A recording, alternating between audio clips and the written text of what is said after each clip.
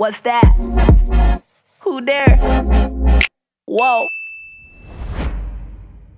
I love clicking into that kind of mentality or the way you assess or founders assess that market opportunity. So you had these other projects. There was something about those that either they weren't fun for you or you didn't think the market opportunity was big enough or whatever. And then with Room, those factors, those questions were obviously answered differently. So how did you look at it and what were those key insights you had about Room that you feel like the market was missing?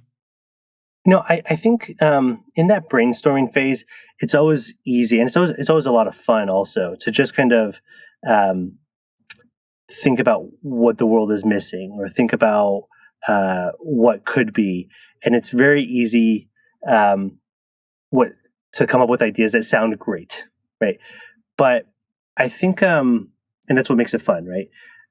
The way I think about it is a little bit like, a cat and a ball of yarn. And all of these different ideas are it's a ball of yarn, and you're pulling the yarn. Sometimes you lose interest because inevitably your first idea or your first iteration of the idea is not going to be the right one, right?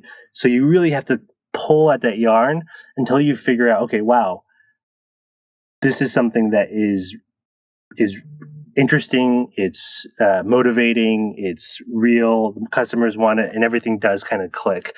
And for me, that is what got me into Room. So I had a couple of two YC founders reach out to me after I left BlueSmart. Ryan Peterson, who's the founder of Flexport, and Henrik Zilmer, who's the founder of AirHelp. And they reached out and they said, hey, we have this problem. As they were growing their companies and into thousands of people, they had this problem with lack of privacy and noise in the office. And they said, we think that there's a market and a company to be made and built by creating phone booths for offices. And I kind of thought about it, and I was like, okay, this can be one of the projects that I think about. And there was but I continued to pull that yarn, and it was a process of discovery for me where the question was, okay, why does this problem exist? Why is it that offices are so terrible? People hate open floor plans. Why do we live like that? And why is there a gap in the market? How did the industry miss such a big problem? And just kind of pulling at that yarn, I realized that, first of all, there aren't any brands that resonate with the modern workforce. They're all built from prior generations. Herman Miller and Steelcase are companies that are over 100 years old and priced insanely high. That kind of prices them out of a lot of companies and people. But also realized that work was changing so rapidly, and the way that we want to engage with commercial real estate is changing so quickly that it was very hard to keep up for the companies that actually design workspaces. And they ignored the need for privacy.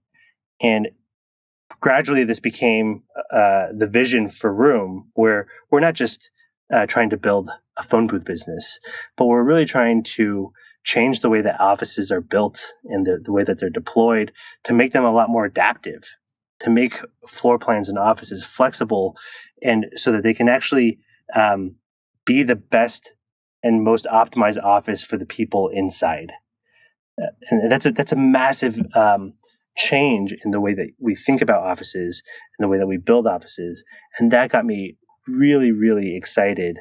And that's why ultimately my co-founder and I decided to say, this is what we want to do, and this is what we want to build, and this is a vision that we can imagine working on for 10 plus years.